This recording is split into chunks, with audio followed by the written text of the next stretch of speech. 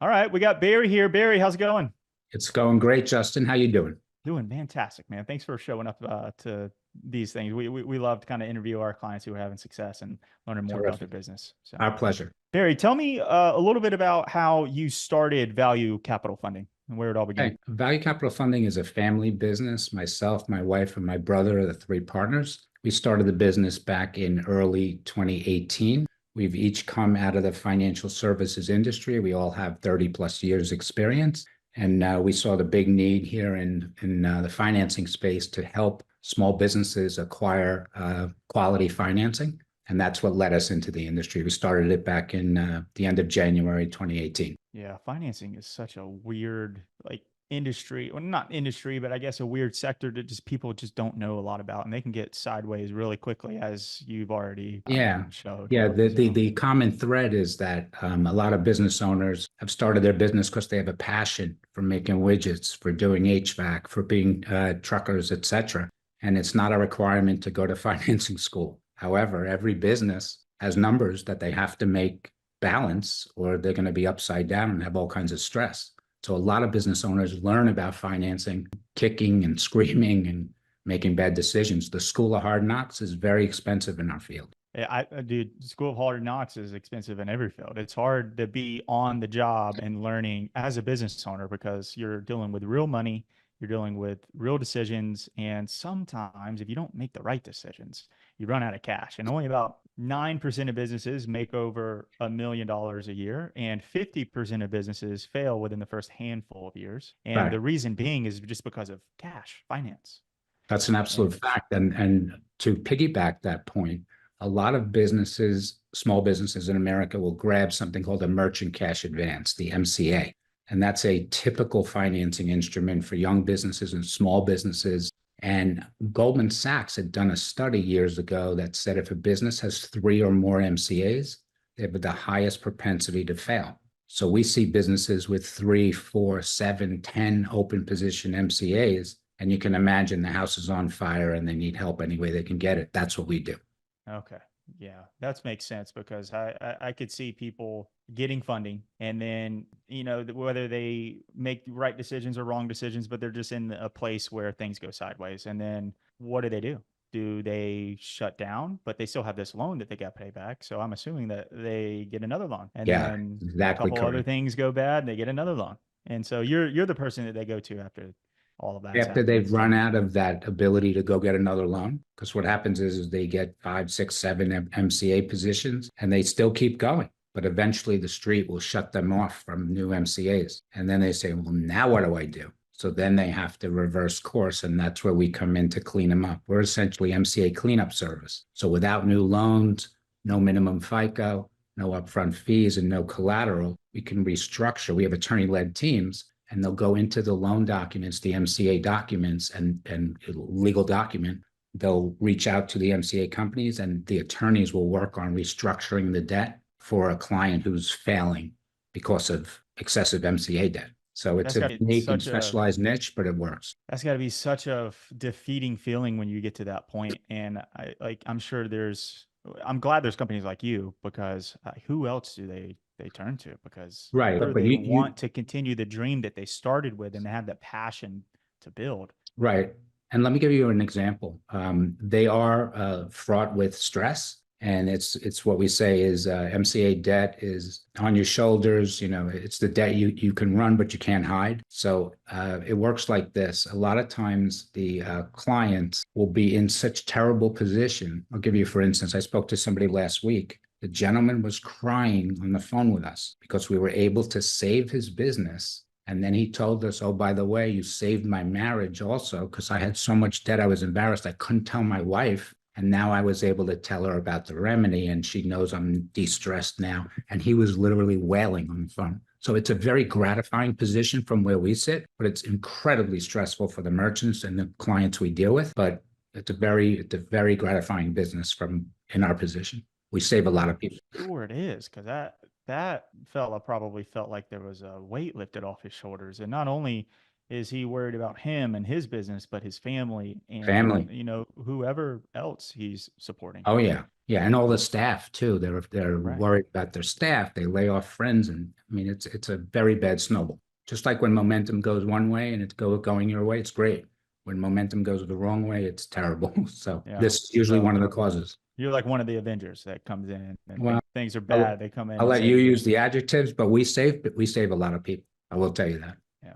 So walk me through what it was like building value capital funding. Like what was that? It's a good question. Okay, so when we first started, we all had contacts. The three of us had come from the finance field, and we used our Rolodex. We networked with professionals. We did all the traditional stuff you're supposed to do out of the box. We treat the public right. They treat us right. We refer to accountants. They refer back, and lawyers, etc. But that's nice. And we crawled, and it was okay. It was good. But then we knew that there was a big market out there if we could reach them where they are. So we always go where they are, and they are on social media. They are on the internet, and it led us into a search for paid ads, Google, Facebook, etc. And we had our trials and tribulations with many firms along the way. We And when you say lost firms like marketing agencies or marketing SEO. agencies, exactly. People like you at conversion.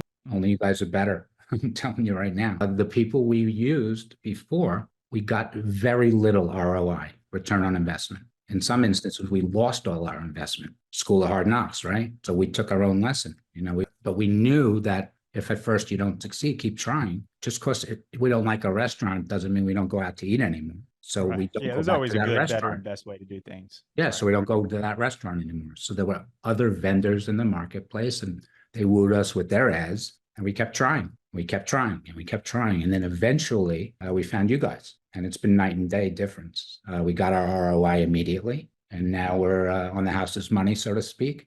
But we can tell from our bad experiences that this is Cadillac compared to what we were driving before, a Ford Pinto. And this is we're in the right place. So we have a perfect fit, and it's just it when you've made enough mistakes when you're in the right place. Yeah, when you see the things that you've done wrong and you see something that's like, oh, this is how it should be.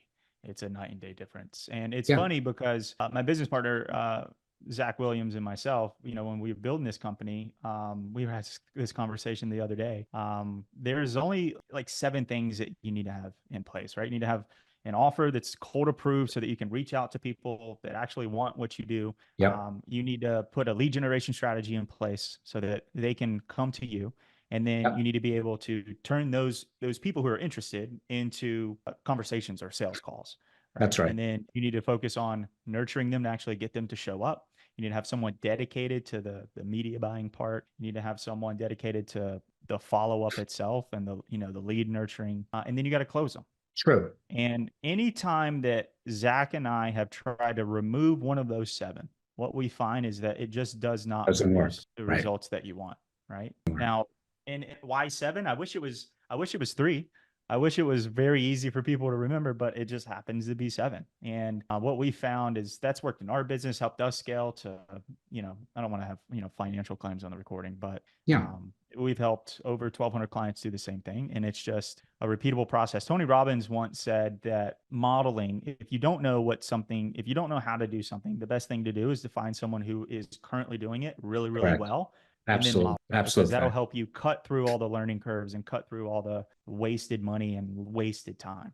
Exactly correct. And to piggyback that, and your 7 points are well taken. They're spot on. And our business is a little bit unique. We don't sell anybody anything. The analogy we use is if you're bleeding out on the side of the road, you're probably not going to ask the doctor for a second opinion. You're bleeding out on the side of the road. This is who we deal with. We deal with people in financial distress. If I feel that we have to sell them our service, they're not a good fit. They're not in enough pain. Most people we talk to are asking us to be clients. Whether they fit or not is another story. We don't have to sell anybody anything. We have the Right. solution. They're in a ditch. Do you want to come out of the ditch or not? If they don't, we move on. We can't help anybody who doesn't want to help themselves. So we don't really sell them. We don't, yeah, of course we do drips. We do regular marketing basics, but we don't have people calling them on the phone saying, do you want to buy? Do you want to buy? Do you want to buy? It's not that way at all. These people are searching us out. We're true consultants. We make a lot of sales, quote unquote, a lot of revenue, but people buy from us. So it's a very different approach. And you've helped us in that regard. Also, we have a lot of inbound marketing campaigns, but this one in particular with you is really resonating because the message is so killer for the audience. And it's that simple. If we can 2x4 enough people in the audience, let them know that there's a solution, then they can do what you just said and model. And why suffer unnecessarily if other people have solved their problem already? And we just show them how it's been solved. And they say, oh God, I never knew you existed. And you can hear the air come out of the balloon in the room. Their pressure's gone way down. And now they feel so much better. And now they can get back to being themselves as opposed to being scared and nervous and hiding under the desk, etc. Does that make sense? No, 100%. I think it's easy to sell someone if they are already sold and they have a very high need, right? Yes. And I think one of the reasons why your campaign was very successful is it's easy to sell people who are referrals and word of mouth. And, you know, as you go into cold audiences, though, you need like that's why the number one thing is the offer that is cold approved, Absolutely. right? Absolutely. So one thing that you must have is you must have something that is appealing, because if you look at all the factors that would affect a marketing or, you know, a marketing campaign or a sales process, offer is probably the most weighted at like 40%. And the next most weighted thing is around like the 15 or 20. Fractions. And Yeah, the of offer, course. I believe it. and for example, for you, your offer is just a no brainer for those people If you who need it. are in If that you don't position. need it, you pass the spy and go get a handbag on Amazon or whatever you're going to do. But if you're in the ditch and and a lot of these people are in the ditch with nobody to talk to, nobody wants to talk about their debt problems with their friends or talk about it with other business owners or at networking meetings. The people we deal with are so nervous and scared, they don't go to networking meetings. They aren't able to be themselves. They spend 90% of their time worrying about the debt collectors, 10% of their time worrying about the stuff that they should, clients, planning, staff, etc. And we reverse that. We call it the 90-10 rule, and we reverse it and give them back 90% of their day to go do what they started the business for, why they have the passion. The 10% of their time they'll spend managing us, making sure it's done right. But once they know that's happening, the 90% is even better. So for them, we flip that around, give them back their day. A lot of these people aren't sleeping at night. And now when we talk to them, they relax and they know, hey, this too shall pass. And the way we describe it to folks, I'll just give it to you this way. A lot of them we speak to think they blew their engine and they're out of the race, so to speak. I think it's already done. Yeah, but what that restructuring is, it's more like a flat tire. And if you come into our pit stop, we'll change the tire and we'll get you back out on the track. Can I make it like when we were kids in a schoolyard and we hit the do-over button and it didn't happen? Of course not. But I can manage that flat tire. You thought it was a blown engine. Now they're psyched. And we go through the process and they're ready to rock and roll. Yeah, it's easy when they think you're a magician. You're like, wow, this guy's touches like he's got Midas's thumb here. He's taking my blown engine and it's spitting out. Well, that's the point. People go to RPMs. the internet to find out things they don't know. Right. And if you didn't know that this was available, like imagine if we didn't find you. We would think all Facebook and all the media companies we deal with, they're all the same. They're all this, they're all that. That's not true. We just had to turn over enough rocks to find you. And we did. And that's, I think, the fair point. Like once you have a really good thing that people you could sell, you have to let more people know about it.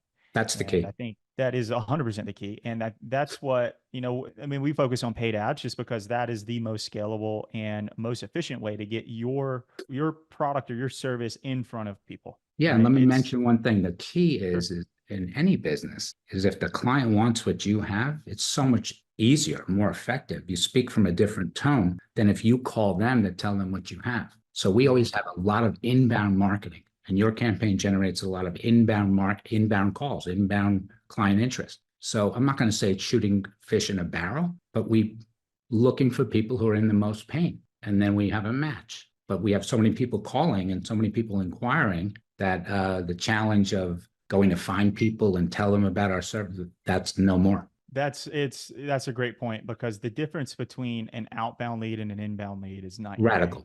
It's radical. You're calling somebody like, hey man, I know I just called. Like nobody wants you to do a cold call. If you're doing email, even a warm Google, call. Yahoo, all of the email servers and all the email companies, they don't want you to send a cold email, and the people don't want to receive a cold email. So you're fighting an uphill battle. And if that's why the services and the ISPs don't want you to do it, because their users have bad experiences. They want them on the platforms for a long period of time with a good experience. Yeah. So when they connect with us or whoever, and they say, oh, this is a good service. I'm going to look at it. I'm going to see if it's for me. They're enjoying the platform, whatever platform they're on. And Right. that's the goal of that platform. They don't care if we make a sale or not. They care if their users have a good experience. If Yeah. and that's what I it's. will say it does work. It still does work because there's plenty of people out there doing it. But I Oh, feel like sure. you're fighting an uphill battle when there are other options that are just easier, right? I Much, mean, much more professional. yeah, 100%. And then, to the point when someone sees an ad, because someone might say, well, it's still kind of outbound because you're putting an ad in front of them. But I mean, they're just scrolling through their feed and they see an ad, they click on it. Now you're putting something in front of them because that's the other part of it, right? You got to find the right people and you got to qualify them to make sure that they're good leads, good Sure, quality leads, because no one wants trash leads. sure. And then, there's a whole thing of making sure that those are filtered out. And then they get to you. Now they're like, hey, I saw this thing. I'm interested. Like they're coming to you versus you Right, going to them first. right. But There's to your the credit, dynamic is way different. right, and to your credit, the funnel that we have with you guys, we can see when the lead comes in. So we get an email. And then in a perfect world, 2, 3, 4 minutes later, they book a call. And that happens quite often already. We're doing this 3, 4 weeks with you guys. It's happened more with you guys than cumulative with all of our other pretend agencies that we used before. So So I, all of them combined, you said. yeah, combined, all of them combined. And we Okay. spent some serious money there. We spent money there. And the way I talk about you guys is we invest money with you in I the see. finance space. So we don't spend any money with you. Ads cost nothing. We always get an ROI, so they cost nothing. Yeah. I think you mentioned, what was the ROI? We had, I think we spent 1,700 on ads, and we've made over 17,000 so far. So 10 to 1 Yeah, so that's far, and great. it'll get better. Yeah. And you've only been doing this for 3 weeks. So Right, but we have some files that haven't closed yet that are in process, and those numbers could add up. yeah, and the sales process, depending on your sales cycle, those will start to trickle in and Absolutely. pop it. So I mean, I you can got your tell already we leads have to the flow. appointments, right? So those, like for example, for you, a lead comes in. You said like a couple minutes later they book an appointment. There are people who drop off there that will eventually then book another Of appointment or course. their first appointment that Sure. didn't book. And then there's people that you've spoken to that haven't sold within the first 3 weeks, and then those will start to trickle in. So I'm Right. excited But the what the uniqueness results of are. our business is our sales cycle is very, very short. We meet people in the morning, they sign up by the afternoon. The next day is a long time. Because if you're The pain's so bleeding out big. on the highway, you want to wait 3 weeks, you can, but you're probably not going to want to wait 3 weeks. So Yeah. usually the longer our sales cycle is, the more the client is not the right fit. And that happens. But when you're dealing from excess, when you have a lot of inbound leads, no one file matters that much. And we deal with whoever is in the most pain at that moment in time. Yeah. Yeah. Okay. Well, listen, Barry, I want to be respectful of your time. Kind of wrap this up. Are there anything you want to say to anybody watching this? Give these guys a call. You will enjoy the call. You will enjoy the follow up. And from our experience, it's been great. So I want to thank you Yeah. guys. Yeah. I'm looking forward to seeing the rest of the results, Barry. I mean, 3 weeks, you still got a little bit longer to work with us. And I know the team's dialing some stuff in. They're excited. So let's see where we take this thing. Same here. Yeah, we're excited as well. Very All nice right, Barry. talking with you, Justin. Pleasure. All right. See you, man. Adios. Take care now.